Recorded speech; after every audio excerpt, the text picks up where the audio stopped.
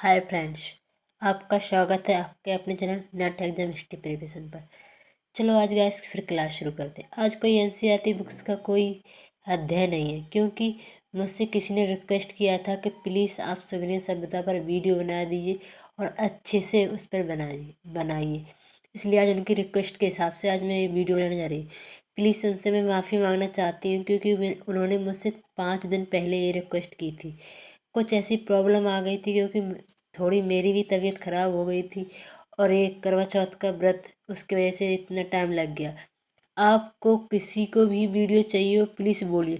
Time लग सकता है लेकिन हम उसे बनाएंगे ज़रूर, क्योंकि उस टाइम मैंने सिर्फ इस पर ही काम किया है, क्योंकि डायरेक्टली इसे बनाना ही चाहती हूँ।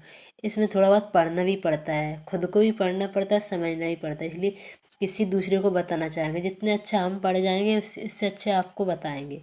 इसलिए तो चलो गाइस, अब ज़्यादा बातें नहीं, क्लास शुरू करते हैं। तो क्या है, अगर कुछ समझ में नहीं आया कि मतलब क्या लिखा है क्या नहीं, तो प्लीज़ आप मेरे शब्दों पर ध्यान दीजिए। ये क्या है, सुमेरियन सभ्यता का इतिहास। ये अब अगर वो नोट बना रहे होंगे, सॉरी, तो बनाते जाइए। क्या है नोट, पहले मेसोपोटामिया, ये सुमेरियन सभ्यता किसका हिस्सा है, ये पता है आपको? मेसोपोटामिया का। कैसे, मैं ये भी बताती हूँ।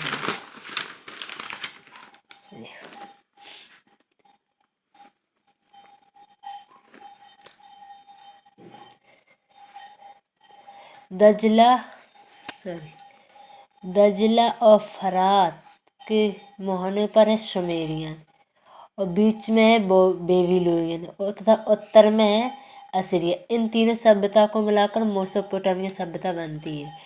मेसोपोटामिया की सभ्यता में ही सुमेरियन सभ्यता आती है। जैसे कि अपनी हड़प्पा सभ्यता में ही राखी गढ़ी आ जाता है, मोहनजोदड़ो आ जाता है, और उसी में बहुत सारे ऐसे प्रस्तर आते हैं। उसी तरह एक मेसोपोटामिया का ये प्रस्थल है सुमेरियन। इसे सुमेरियन सभ्यता भी कह सकते हैं और मेसोपोटामिया सभ्यता भी कह सकते हैं। मेसोपोटामिया का अर्थ क्या है? मेसो का अर्थ है बीच में, पोटामिया का अर्थ है नदी में, अर्थात दो नदियों के बीच की भौगोलिक क्षेत्र को मेसोपोटामिया कहते हैं। अब क्या है, सुमेरियन सभ्यता की जानकारी कब हुई? तो सुमेरियन सभ्यता की जानकारी 19वीं शताब्दी में हुई थी, जिसमें काले पत्थर से बना शिलालेख, जो बेशतून का शिलालेख होता है, वो मिला था, जो मैंने पढ़ा भी होगा। और शिलालेख में क्या लिखा था? वह बेबीलोनिया भाषा में कानून संहिता लिखी हुई थी। मतलब उसमें बेबीलोन संहिता में कानून लिखा था, जैसे आज हमारा कानून बना है, संविधान उसी तरह है। उत्खननकर्ता कौन है इसके? उत्खननकर्ता सर लियोनार्ड वूली ने की थी। एक जगह कौन सी है? जगह इराक में। और प्राप्त क्या हुआ था इसमें? मिट्टी की तकलियाँ, इमारतें, खंडहर, कलात्मक वस्तुएं, राजाओं की समाधियाँ आदि। राजाओं की समाधियाँ, बर्तन, भांडे, इतने ये सारे मिले थे। अब ये नोट क्या है इसमें? इन सब चीज़ों से प्राप्त होने से हम यह कह सकते हैं कि सुमेरियन सभ्यता दो नदियों के बीच में फली फूली, क्योंकि ये सब कहाँ मिल रहा था? फरात और दजला नदियों के बीच ही मिला था। इसलिए हम कह सकते हैं ये रही दो नदियाँ, दजला और फरात। और इस सभ्यता का पूरा नाम क्या था? मेसोपोटामिया। इसका सुमेरियन सभ्यता अब करने लगा खुदाई कैसे, जैसे कि पहले हम अपनी इसको हड़प्पा सभ्यता कहते थे, सिंधु सभ्यता को, फिर सिंधु सभ्यता, फिर अब सरस्वती अकरा, क्योंकि बहुत सारी खोज हुई। इसी तरह इसका सुमेरियन सभ्यता का ही हुआ। आप अगर कभी पढ़ो अकेले में या किसी के साथ, तो प्लीज़ अपने सिंधु सभ्यता से जोड़ कर ही पढ़ना, उसी की तरह है, क्योंकि उसका और इसका व्यापार होता है। बहुत सारी अपनी मोहरें मिली हैं सुमेरियन सभ्यता की मोहरें सिंधु सभ्यता में मिली हैं। सुमेरियन सभ्यता का सामाजिक जीवन क्या है, ये हेड है। इस सभ्यता का समाज ये 3 भागों में बटा हुआ था। उच्च वर्ग, एक उच्च वर्ग में बटा था, और मध्य वर्ग और दास वर्ग। उच्च वर्ग में क्या कहते, राजा, पुरोहित सॉरी राज्य के अनधिकारी जो, और मध्य वर्ग में कौन आता था, कृषक, व्यापारी, और दास छोटे दर्जे के कृषक। अब हम आपको बता देते हैं अपनी भाषा में। आपसे कहा था मैं थोड़ी तबीयत के कारण, फिर भी आपके लिए मैं इतना सब तो कर सकती हूँ। आप प्लीज़ मुझे सपोर्ट कीजिए, मैं आपको सपोर्ट कीजिए। चलो अपने जगह पे आते हैं। देखो उच्च वर्ग जैसे आज का है, उच्च वर्ग क्या क्या है, जैसे पंडित है अपने, और उच्च जाति के, वो उच्च वर्ग हो जो ऊंचे ऊंचे काम करते थे पहले। और जो कृषक हैं, व्यापारी, मतलब जो अच्छे किसान हैं, अच्छे जिसके पास ज़मीन अच्छी है वो तो अच्छे मध्य वर्ग के। उदास जो इसके पास ज़मीन नहीं है, दूसरे के यहाँ मजदूरी करने जा रहा है, उन्हें दास वर्ग कहते हैं। इसलिए सुमेरी सभ्यता का समाज ये 3 वर्गों में बटा हुआ था। अगर पूछे कौन किस किस में, तो उच्च वर्ग, मध्य वर्ग, दास वर्ग। अगर अब इसी समय उच्च वर्ग की सामाजिक जीवन की बात चल रही तो ये भी पूछ सकते कि उसमें स्त्रियों की दशा सॉरी स्त्रियों की दशा कैसी थी। तो उसमें स्त्रियों की दशा तो ठीक थी, लेकिन इस सभ्यता में दास प्रथा प्रचलित थी। स्त्रियों की दशा तो अच्छी थी, और स्त्री अपने पास धन भी रख सकती, उन्हें व्यापार करने का अधिकार भी था। स्त्रियां बहुत अच्छी, लेकिन दास प्रथा थी। अब राजनैतिक जीवन, सुमेरियन सभ्यता का राजनीतिक जीवन किस पर है, प्रभुत्ता पर है। जो मतलब यहाँ का राजा था उसे प्रभु के समान माना जाता था, ऐसा ही था। इसके कौन कौन राज थे, और रोक, नेपोर और उमा आदि मुख्य नगर थे इस। और का राजा कौन था, एंगर। यहाँ शासन वर्ग पर आधारित था, यहाँ शासन धर्म पर आधारित था। मैंने बोला था ना, क्योंकि ये भगवान है, क्योंकि प्रभु मानते थे राजा को, और राजा को ईश्वर का प्रतीक मानकर ही उसका पूरा आज्ञा पालन करते थे। इस सारगोन है जो, इस सारगोन वो राजा है जो इस सभ्यता का पतन करेगा और अपना राज स्थापित करेगा और एकदम शक्तिशाली बनेगा। ये आगे पता चलेगा इस सारगोन कौन है, आपको पता चलेगा। सुमेरिया छोटे छोटे राज्यों में बटा था।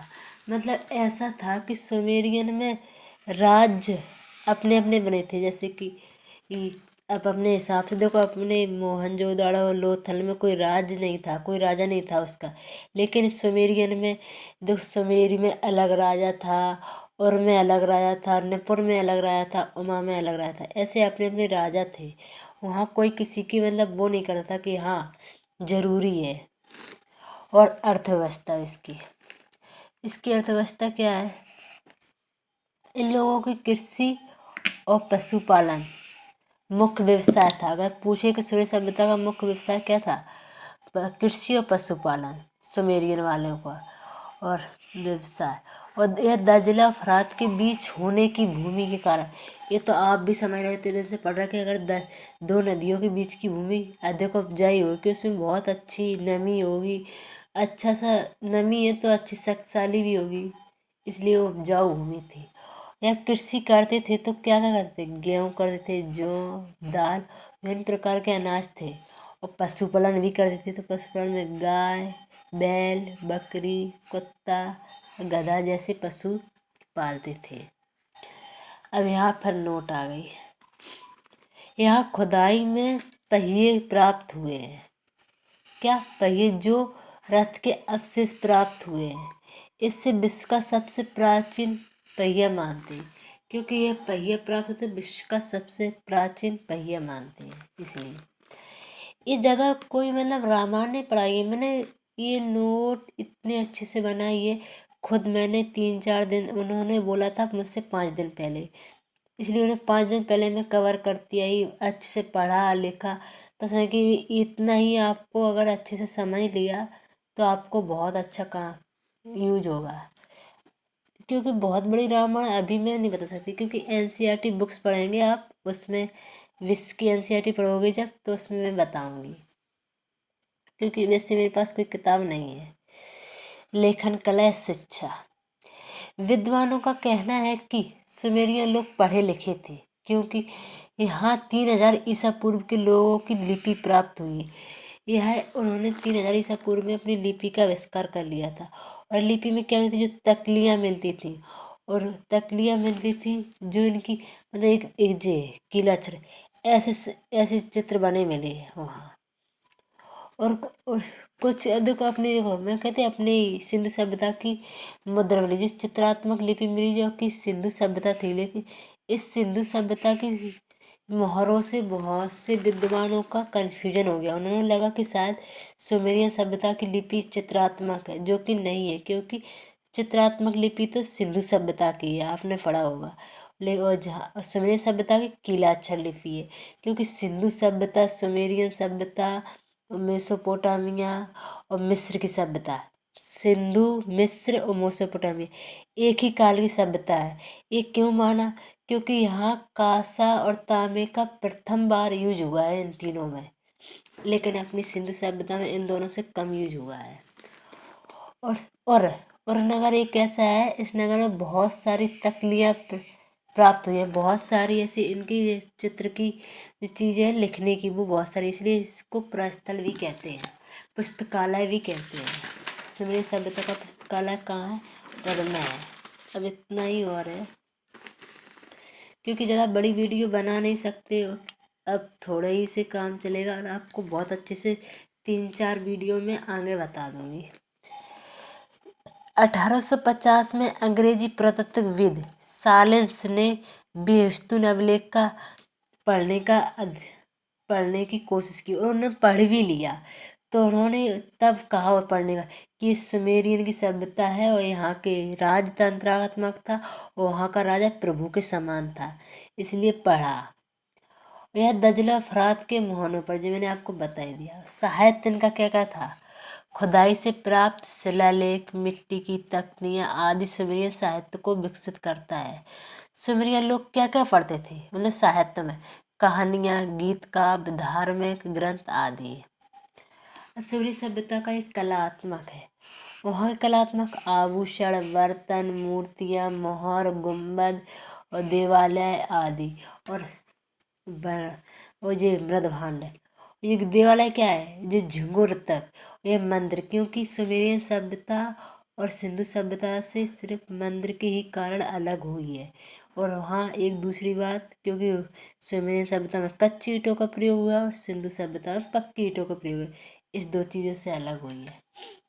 अब देखो हमने और आपने इतना पढ़े तो इसका पतन भी पढ़ेंगे, तो इसका तो एक ही पतन है स्पष्ट से कि इस सभ्यता का पतन अकादियन जाति के कारण हुआ, जो कि खाना बदोश थी, उनका कोई लेना जैसे खाना मिलना चाहिए, और उन्हीं ने अपने यहाँ पर आक्रमण किया खाना के लिए, इसलिए वहाँ के लोग आक्रमण करता है। जब एक देश पे दूसरा देश आक्रमण करता है तो इससे अच्छे आपके उसकी अर्थव्यवस्था खराब हो जाती, वहाँ के लोगों के रहन सहन में बहुत बदलाव आता है, और मारपीट होती इस तरह से। और वहाँ का जो अकादियन जाति का राजा था सारगोन, जो शक्तिशाली था, इसलिए उसने उस वहाँ के राजाओं को दबोच लिया, क्योंकि वहाँ कोई इकट्ठा राजा नहीं था, अलग अलग हिस्सों में बटे हुए थे। एकता में ताकत होती है। एक देखो 5 उंगली अलग अलग, अगर एक साथ ऐसे बने तो मुक्का बन जाता है, इसी तरह है। ये अलग अलग थे तो इसलिए इन्हों को अलग अलग को तो कोई ऐसे उंगली तोड़ देगा, अलग ऐसे तोड़ देगा, लेकिन ये सब बने रहेंगे तो कोई किसी को नहीं तोड़ेगा। ऐसा ही सारगोन ने किया था। अगर आपको वीडियो सच में अच्छी लगी हो, और प्लीज़ जिसने मुझसे कमेंट किया था कि आप प्लीज़ सुमेरियन सभ्यता पर वीडियो बना दीजिए, इसलिए आप ज़रूर देखिए सुमेरियन सभ्यता की वीडियो, और अच्छे से आप शेयर भी कीजिए, क्योंकि इसमें साफ नहीं देखा, हमारे पास ऐसा कोई साधन नहीं कि आपको हम अच्छे से दिखा दें। एक छोटा सा मोबाइल है, बस उसी से मैं वीडियो बना रही हूँ आप लोगों को हेल्प करने के लिए, इसलिए आप शेयर लाइक तो कर ही सकते हो, और सब्सक्राइब भी कीजिए। और थैंक यू, आपने मुझे इतना टाइम दिया, हमारी बात सुनी, बस हमारे लिए यही बहुत है। अपना ख्याल रखिए, अच्छे से रहिए, टेक केयर, थैंक्स।